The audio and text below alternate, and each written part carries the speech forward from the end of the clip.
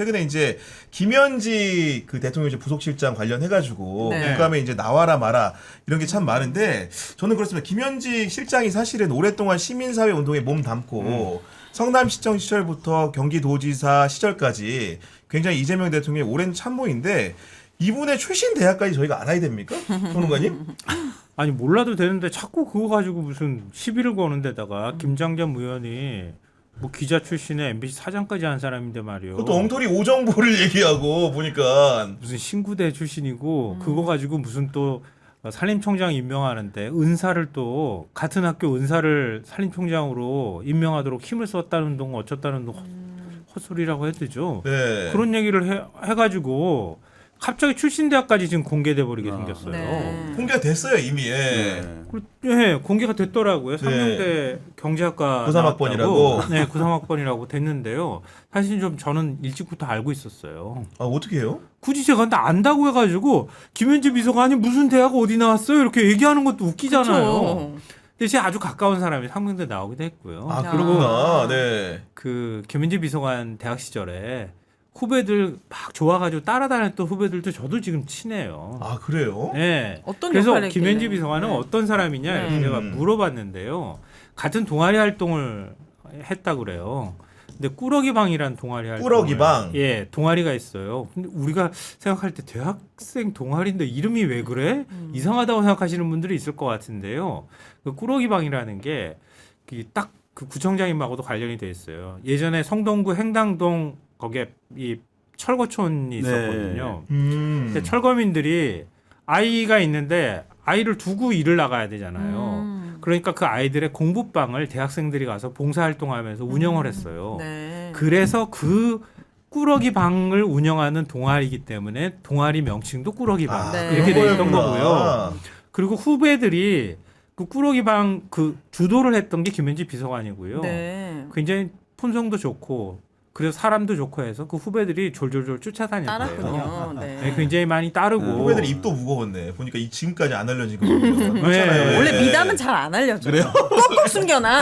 오늘 그래서 많이 방출했잖아요. 굉장히 친하게 우리 미담 하나도 안 나오잖아요. 굉장히 좋은 선배로 기억을 다 하고 있더라고요. 뭐. 여러 명한테 제가 물어봤는데 그렇게 하고 있고 그리고 대학교 활동도 굉장히 열심히 했더라고요. 아, 학교 다니면서 네, 그래서 학보사도 제가 찾아보라고 시켜보니까 학보사? 예. 학보에 김현지 비서관 인터뷰도 실리고 했더라고요. 아 본인 그 대학생 인터뷰가 네, 예, 예. 뭐라고 학교 실렸습니까? 신문에? 대학생 유권자위원회 그 상명대 위원장을 맡았더라고요. 그러니까 당시에 97년도 대선 때 그때 DJ가 이제 당선될 대선이었던 거예요. 그래서 대학생들이 유권자로서 정말 올바르게 이번에 투표해야 된다 이러면서 일종의 서울에 있는 한 20개 대학생들이 대학교의 대학생들이 모여서 대학생 유권자위원회라는 걸 만들고 네. 각 학교별로 위원장을 뽑은 거예요. 이게 김현지 비서관이 상명대 위원장을 맡았던 거더라고요. 그렇구나. 네. 그러니까 굉장히 활동도 많이 했고 네. 후배들도 굉장히 좋은 선배로 많이 따라다녔고 뭐 그리고 난 다음에 이제 98년도 때 이제 이재명 대통령하고 만나게 됐다 이런 얘기가 그 지금 들렸던 그렇죠. 거잖아요. 네. 기사로. 네. 성남 시민 그러니까 모임에서 네. 그러니까 바로 대학 졸업하자마자 사실은 시민운동이 투신한 거지. 사실 네, 기업이나 간 뭘로 거예요. 안 가고. 예. 그리고 이재명 당시에 이제 그렇구나. 성남시장하고 만나가지고 네. 지금까지 인연이 온 거란 말이에요. 그러니까 국민의힘에서 얘기하는 것처럼 나오면은 이 사람이 뭐 어디 비서실장처럼 말도 못하는 사람이고 뭐 이러기 때문에 못 나온다고 자꾸 그렇게 몰아세우는데 네.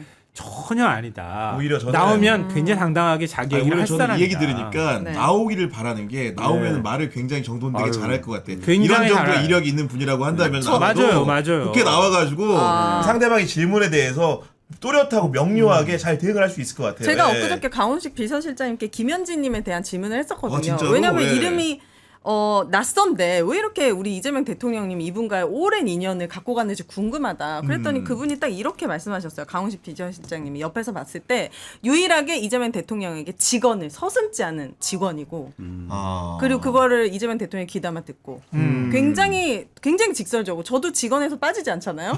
근데 진짜 저만큼 근데 직원 안 친한 사람한테 직원을 막 해가지고 거기는 굉장히 친한 관계고 지금 그러니까 네. 그러니까 근데 친할수록 직원하기가 어렵잖아요. 없잖아요. 그러니까요. 네, 우린 안 친한 거고.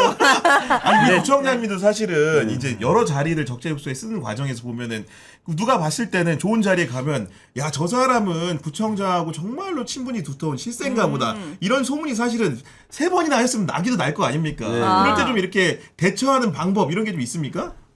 일단 기본적으로 이제 적재적소 뭐 친소가 아니고 네. 정말 그 자리에 맞는지 이렇게 배치를 하는 거죠, 인사이동을. 네. 그럼에도 불구하고 그런 얘기가 나오면 나중에 이제 그 실력으로 검증이 되는 거죠. 증명을 정확한 하는 행정을 거죠. 통해서 네, 예. 네. 그런 생각도 드는 거고 그리고 저는 궁금한 게 구청도 어떻게 보면은 작은 이제 그 단체 그 정부라고 한다면은 그 예를 들면 구청에 계신 직원분들의 학력을 일일이 우리 국민들한테 공개하는 건 아니잖아요. 그렇죠? 그렇습니다. 이제 공직자, 선출직 공직자는 그건 어쩔 수 없는 학력 거죠. 공개가 예. 의무거든요. 그렇죠. 예. 그런데 반대로 이 그냥 공직자는 오히려 개인 정보에 해당하는 내용입니다. 보호해 줘야 되는 거죠. 본인이 이제 공개를 원하면 뭐 그건 공개할 수 있지만 네. 그렇지 않다면 개인 정보 보호하는 것이 사실상은 더 우선하는 거죠. 우선한다고 네. 보고요. 참고로 저는 그 인사할 때 인사기록 카드라는 게 있는데요. 거기에 개개인의 정보가 다 돼 있는데 이걸 보질 않습니다. 아예. 예. 음. 왜냐하면 출신 학교 이런 것들을. 선입견이 작용하기 때문에 음. 그래서 다 이제 보지 않고 실제로 일을 통해서 또 대화를 통해서 업무 보고 과정을 통해서 이렇게 하는데 그게 훨씬 더 정확한 것 같더라고요. 해보니까. 예. 네. 그러니까 굳이 그 다른 개인 정보를 굳이 알 수 있는 지위지만 알고 싶지 않은 거죠. 근데 하물며 뭐 불필요한 거를 개인 정보를 공개하라는 건 조금 좀 선우가 좀 다른 것 같습니다. 그러니까 저는 그래서 정말로 이제 묻고 싶은 게 김현지 실장이 출시다 이제 알게 됐잖아요. 알고 난 후가 전과 후가 뭐가 달라지는 건지 모르겠는 거예요. 이게 지금 왜 알고 싶었던 거예요? 아니 그러니까 터무니없는 의혹 제기를 하는 바람에 불가피하게 공개가 된 건데 그러니까 그들이 보기에 왠지 이렇게 숨겨진 사람, 뭐 비선, 예. 뭐 이런 것들 이미지를 강조하려고 네. 그러니까 결국 이재명 대통령을 공격하기 위해서 그쵸. 김현지 비서관을 불러내려고 흠집내려고 하는 거였던 거잖아요. 네. 근데 저 국회에 나가기 싫어가지고 비서관들 자리를 이렇게 이동시켰다고 자꾸 의심하고 있잖아요. 맞아요. 예. 근데 그거 아니에요. 제가 볼 때요. 그러니까 이번에 그 김남준 부속실장이 대변인 자리로 오고 그다음에 그 자리를 채운 거잖아요. 총무비서관 하다가. 근데 저는 그 이동에 있어서 핵심은 김남준 비서관이라고 생각해요. 저도 그렇게 봅니다. 예. 왜냐하면 대통령의 의중을 잘 아는 누군가 그리고 대통령과 최소한 뭔가 이렇게 대통령이 아 하면 진짜 아로 받아들여 줄 수 있는 누군가가 필요했던 거예요. 이재명 대통령 입장에서는. 그렇죠. 지금 홍보수석도 그렇고 뭐 강유정 대변인도 그렇지만 이재명 대통령하고 오랜 인연을 갖고 내밀하게 얘기했다고 볼 수는 없는 사람들이란 말이에요. 그리고 공보 기능이 좀 약했던 거예요. 그러니까 대통령의 말을 계속 전해야 되는 상황이 되니까 김남준 비서관이 차라리 대변인으로 가서 대통령이 어떤 얘기를 하는지 기자들한테도 백브리핑도 해주고 그리고 대통령의 얘기를 정확하게 좀 전달해 줬으면 좋겠다. 이렇게 되는 거고요. 근데 대변인으로 빠지게 되면 부속실장이라는 자리는 진짜 대통령하고 가까이 있어야 하는 자리란 말이에요. 그렇다고 해가지고 생판 모르는 사람 들 수는 없잖아요. 그럼요. 네. 그러니까 김현지 비서관이 옮겨서 부속실장 맞아요. 자리로 네. 들어갔던 거예요.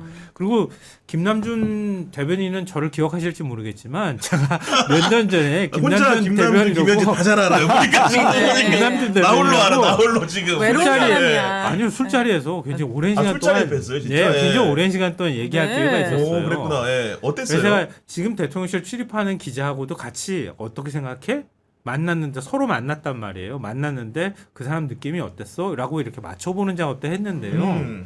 굉장히 겸손한 사람으로 저는 그 당시 인상이 기록돼요. 자기 얘기를 먼저 막 이렇게 얘기해도 되는데 주로 얘기를 듣고 굉장히 조용조용한 스타일이었어요. 그래서 그게 굉장히 인상 깊었거든요. 근데 지금 대통령실 출입하는 뭐 중앙 언론에 있는 모 기자하고도 같이 얘기를 나눠보니까 그 기자도 똑같은 기억으로 그렇구나. 받아들였더라고요. 그러니까 차라리 기자들의 요구가 있었을 거라고 저는 생각해요. 그런 사람이 와서 계속 속시원이 우리한테 좀 예. 그래서 백그라운드에서 예, 그런 것들을 좀 소통할 수 있었으면 좋겠다 이런 얘기들을 기자들 네. 사이에서도 아마 얘기했을 거라고 봐요. 네. 그러니까 전 대단한 사람이에요 생각보다. 네, 대단한. 그분들은 김성환 기억을 못 의원이 하실지 보니까 모르겠지만 정원호 구청장님도 모르게 이렇게 칭찬을 많이 하시고 대체로 보니까 비선 근데 왜 칭찬이네 기억을 못 보니까. 하시죠? 티가 잘 안 나는 스타일이에요. 우리 너무 점잖으셔가지고. 네. 알겠습니다.